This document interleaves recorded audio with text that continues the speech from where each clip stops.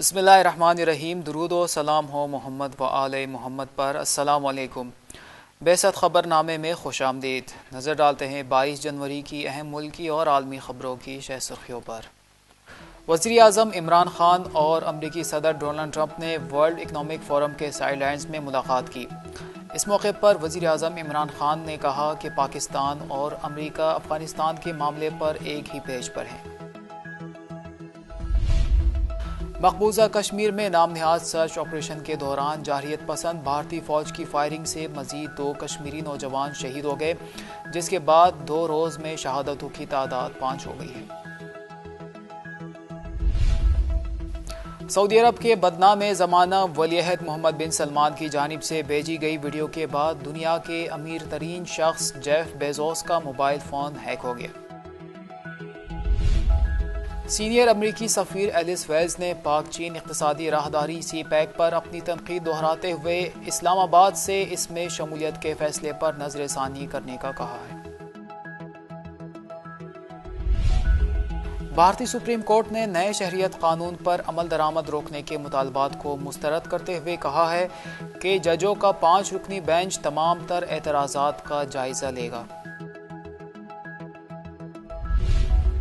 ایران کی سپاہ قدس کے نئے سربراہ نے کہا ہے کہ جنرل سلیمانی پر امریکی بزدلانہ حملے کا مردانگی کے ساتھ جواب دیں گے۔ امریکی سینیٹ میں ڈونلڈ ٹرمپ کے مواخذے پر کارروائی کا آغاز ہو گیا۔ ریپبلکنز نے دستاویزات اور شواہد حاصل کرنے سے متعلق ڈیموکریٹس کی تینوں تحریکیں مسترد کر دیں۔ امریکی امیگریشن حکام نے بوسٹن یونیورسٹی میں زیر تعلیم ایرانی طالب علم کو ملک بدر کر دیا ہے۔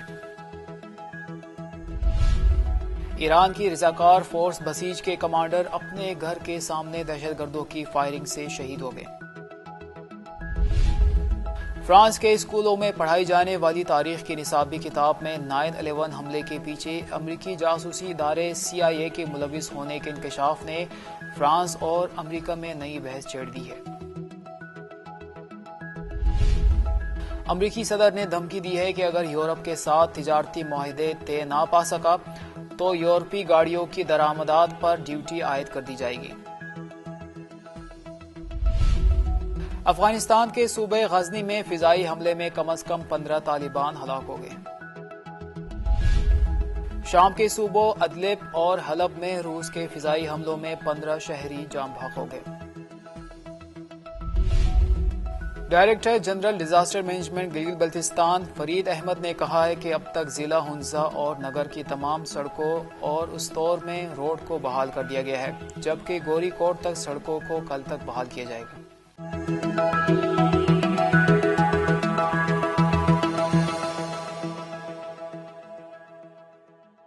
اور اب خبریں تفصیل کے ساتھ۔ وزیر اعظم عمران خان اور امریکی صدر ڈونلڈ ٹرمپ نے ورلڈ اکنامک فورم کے سائیڈ لائنز میں ملاقات کی۔ اس موقع پر وزیر اعظم عمران خان نے کہا کہ پاکستان اور امریکہ افغانستان کے معاملے پر ایک ہی پیج پر ہیں۔ رپورٹ کے مطابق ورلڈ اکنامک فورم کی سائیڈ لائنز پر سوئٹزرلینڈ کے شہر ڈیویس میں وزیر اعظم عمران خان اور امریکی صدر ڈونلڈ ٹرمپ کے درمیان ملاقات ہوئی۔ اس موقع پر دونوں ممالک کے وفود بھی موجود تھے۔ ملاقات کے دوران ٹرمپ کا کہنا تھا کہ وزیر اعظم عمران خان میرے دوست ہیں، ان کے ساتھ ملاقات کر کے خوشی ہوئی۔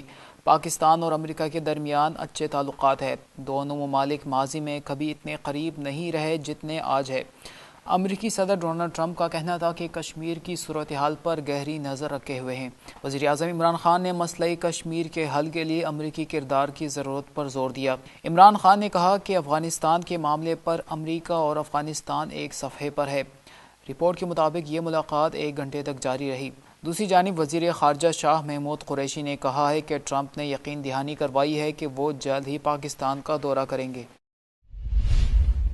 مقبوضہ کشمیر میں نام نہاد سرچ آپریشن کے دوران جارحیت پسند بھارتی فوج کی فائرنگ سے مزید 2 کشمیری نوجوان شہید ہو گئے، جس کے بعد 2 روز میں شہادتوں کی تعداد 5 ہو گئی ہے۔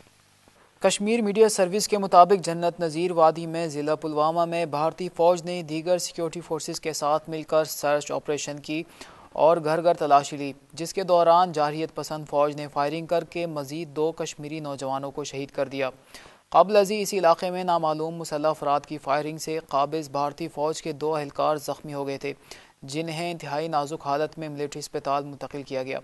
اس واقعے کے بعد بھارتی سیکورٹی فورسز نے ضلع کے داخلی و خارجی راستوں کو بند کر کے سرچ آپریشن شروع کر دیا۔ گزشتہ روز ضلع شوپیاں میں بھی سرچ آپریشن کے دوران ایک مکان کو بارودی مواد کے دھماکے سے اڑا دیا گیا تھا۔ بھارتی فوج نے اسی پر بس نہیں کیا بلکہ براہ راست گولیوں کا نشانہ بنا کر 3 نوجوانوں کو شہید کر دیا تھا۔ اس طرح محض 2 دنوں میں شہید ہونے والے نوجوانوں کی تعداد 5 ہو گئی ہے۔ سعودی عرب کے بدنہ میں زمانہ ولی عہد محمد بن سلمان کی جانب سے بھیجی گئی ویڈیو کے بعد دنیا کے امیر ترین شخص جیف بیزوس کا موبائل فون ہیک ہو گیا۔ رپورٹ کے مطابق سال 2018 میں سعودی ولی عہد محمد بن سلمان کے ذاتی واٹس ایپ اکاؤنٹ سے بھیجی گئی ویڈیو کے بعد امیزون کے سربراہ جیف بیزوس کا موبائل فون ہیک ہو گیا تھا۔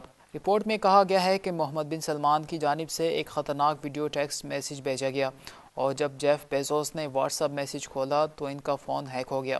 رپورٹ کے مطابق محمد بن سلمان اور جیف بیزوس کے درمیان واٹس ایپ پر ٹیکسٹ میسیجز کے ذریعے رابطہ رہتا تھا اور 1 مئی 2018 کو ایک غیر ضروری ویڈیو میسج بھیجا گیا۔ رپورٹ کے مطابق اس معاملے سے جڑے ایک شخص کا کہنا ہے کہ ویڈیو میسج کے چند گھنٹوں کے اندر ہی جیف بیزوس کے موبائل سے بہت بڑی تعداد میں ڈیٹا چرا لیا گیا۔ تاہم امریکہ میں سعودی سفارت خانے کے ٹویٹر اکاؤنٹ سے جاری ہونے والے ایک بیان میں اس خبر کی بھرپور تردید کی گئی ہے اور ان الزامات پر تحقیقات کا مطالبہ کیا گیا ہے۔ سینئر امریکی سفیر ایلس ویلز نے پاک چین اقتصادی راہداری سی پیک پر اپنی تنقید دہراتے ہوئے اسلام آباد سے اس میں شمولیت کے فیصلے پر نظر ثانی کرنے کا کہا ہے۔ رپورٹ کے مطابق تھنک ٹینک کی ایک تقریب سے خطاب کرتے ہوئے امریکی سفیر نے چین کے one belt one road initiative منصوبے پر تنقید کی۔ انہوں نے الزام عائد کیا کہ سی پیک منصوبوں میں شفافیت نہیں، پاکستان کا قرض چینی فائنینسنگ کی وجہ سے بڑھ رہا ہے۔ ان کا یہ بیان اس سے قبل 21 نومبر 2019 کو واشنگٹن کے ولسن سینٹر میں دیے گئے ریمارکس جیسا ہی تھا۔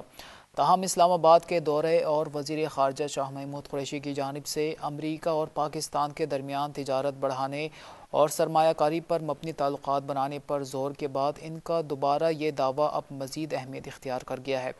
سی پیک پر الزامات لگاتے ہوئے ایلس ویلز کا کہنا تھا کہ ورلڈ بینک کی جانب سے بلیک لسٹ کی گئی کمپنیوں کو سی پیک میں کانٹریکٹس ملے ہیں۔ امریکی سفیر نے حال ہی میں قائم کی جانے والی سی پیک اتھارٹی کو مقدمات سے استثناء ہونے پر بھی سوالات اٹھائے۔ بھارتی سپریم کورٹ نے نئے شہریت قانون پر عمل درآمد روکنے کے مطالبات کو مسترد کرتے ہوئے کہا ہے کہ ججوں کا 5 رکنی بینچ تمام تر اعتراضات کا جائزہ لے گا۔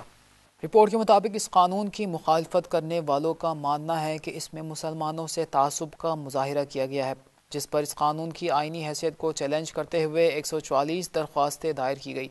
تاہم عدالت نے وزیر اعظم نریندر مودی کی حکومت کو ان درخواستوں کا جواب دینے کے لیے 4 ہفتوں کا وقت دے دیا ہے۔ ایران کی سپاہ قدس کے نئے سربراہ نے کہا ہے کہ جنرل سلیمانی پر امریکی بزدلانہ حملے کا مردانگی کے ساتھ جواب دیں گے۔ رپورٹ کے مطابق ایران کی سپاہ قدس کے نئے سربراہ نے امریکہ کو مخاطب کرتے ہوئے کہا کہ امریکہ کے بزدلانہ حملے میں شہید میجر جنرل قاسم سلیمانی کی مظلومانہ شہادت کا امریکہ سے مردانگی کے ساتھ بدلہ لیں گے۔ ایران کی قدس فورس کے سربراہ اسماعیل قانی نے کہا کہ امریکہ نے بزدلوں کی طرح حملہ کر کے قاسم سلیمانی کو شہید کیا ہے، جس کا ہم مردوں کی طرح بہادری سے جواب دیں گے۔ قدس فورس کے سربراہ نے مزید کہا کہ ایران امریکہ کی طرح پیچھے سے بزدلانہ وار نہیں کرتا بلکہ مردوں کی طرح سامنے آ کر مقابلہ کرتا ہے اور جلد ہی امریکہ کو پتہ چل جائے گا کہ اس نے کس سے ٹکر لی ہے۔ امریکی سینٹ میں ڈونلڈ ٹرمپ کے مواخذے پر کارروائی کا آغاز ہو گیا۔ ریپبلکنز نے دستاویزات اور شواہد حاصل کرنے سے متعلق ڈیموکریٹس کی تینوں تحریکیں مسترد کر دی۔ میڈیا رپورٹس کے مطابق امریکی سینٹ میں ڈونلڈ ٹرمپ کے مواخذے پر کارروائی کا آغاز ہو گیا۔ ریپبلکنز نے دستاویزات اور شواہد حاصل کرنے سے متعلق ڈیموکریٹس کی تینوں تحریکیں مسترد کر دی۔ امریکی میڈیا کا کہنا ہے کہ کارروائی کے 6 روز جاری رہنے اور جنوری کے آخر تک مکمل ہونے کا امکان ہے۔ واضح ہے کہ ٹرمپ نے مواخذے کو مذاق اور دھوکہ قرار دیا ہے، جبکہ ان کے وکیل کا کہنا ہے کہ مواخذے کے الزامات مضحکہ خیز اور خطرناک ہیں۔ امریکی امیگریشن حکام نے بوسٹن یونیورسٹی میں زیر تعلیم ایرانی طالب علم کو ملک بدر کر دیا ہے۔ عرب خبر رساں ادارے کے مطابق 24 سالہ طالب علم محمد شہاب حسین عابدی کی ملک بدری پر امریکی سول لبرٹیز یونین اور دیگر قانونی ماہرین کی شدید مخالفت کے بعد بھی طالب علم کو ملک بدر کر دیا گیا۔ رپورٹ کے مطابق ایرانی شہری شہاب حسین آبدی کو حالیہ امریکہ ایران کشیدگی کے بعد امریکی کسٹم اور بارڈر پروٹیکشن کی جانب سے اٹھائے گئے سیکیورٹی اقدامات کے تحت ملک بدر کیا گیا ہے۔ ایرانی شہری کی ملک بدری کو قانونی سطح پر اٹھانے والے بوسٹن کے ایک ماہر قانون کا کہنا ہے کہ طالب علم نے اپنی امیگریشن کے تمام کاغذات پیش کیے جو یہ ظاہر کرتے ہیں کہ اسے اس تشویش پر انٹری دینے سے انکار کیا گیا ہے کہ وہ امریکہ میں اپنے اسٹوڈنٹ ویزا کے مقاصد کے برخلاف رہے گا۔ ایران کی رضاکار فورس بسیج کے کمانڈر اپنے گھر کے سامنے دہشت گردوں کی فائرنگ سے شہید ہو گئے۔ تفصیلات کے مطابق جنرل عبدالحسین مجدی کو اپنے گھر کے سامنے موٹر سائیکل پر سوار 2 نامعلوم افراد نے فائرنگ کر کے شہید کر دیا۔ سپاہ پاسداران انقلاب اسلامی خوزستان کی پبلک ریلیشن کے ڈائریکٹر محمد رضا نعمتی کا کہنا ہے کہ ابھی تک کسی گروہ نے اس دہشت گردانہ حملے کی ذمہ داری قبول نہیں کی ہے۔ واضح رہے کہ عبدالحسین مجدمی مدافعان حرم میں سے تھے اور شہید جنرل قاسم سلیمانی کے قریبی ساتھیوں میں ان کا شمار ہوتا تھا۔ فرانس کے اسکولوں میں پڑھائی جانے والی تاریخ کی نصابی کتاب میں 9/11 حملے کے پیچھے امریکی جاسوسی ادارے CIA کے ملوث ہونے کے انکشاف نے فرانس اور امریکہ میں نئی بحث چھیڑ دی ہے۔ برطانوی نشریاتی ادارے کے مطابق فرانس کے اسکولوں میں پڑھائی جانے والی تاریخ کی ایک درسی کتاب میں ایسے اشارے موجود ہیں کہ امریکہ میں 11 ستمبر 2001 میں ورلڈ ٹریڈ سینٹر اور پینٹاگون کی عمارتوں پر طیارے ٹکرا کر 3000 سے زائد شہریوں کی ہلاکت کا سبب بننے والے واقعے میں خود امریکہ کی خفیہ ایجنسی CIA ملوث ہے۔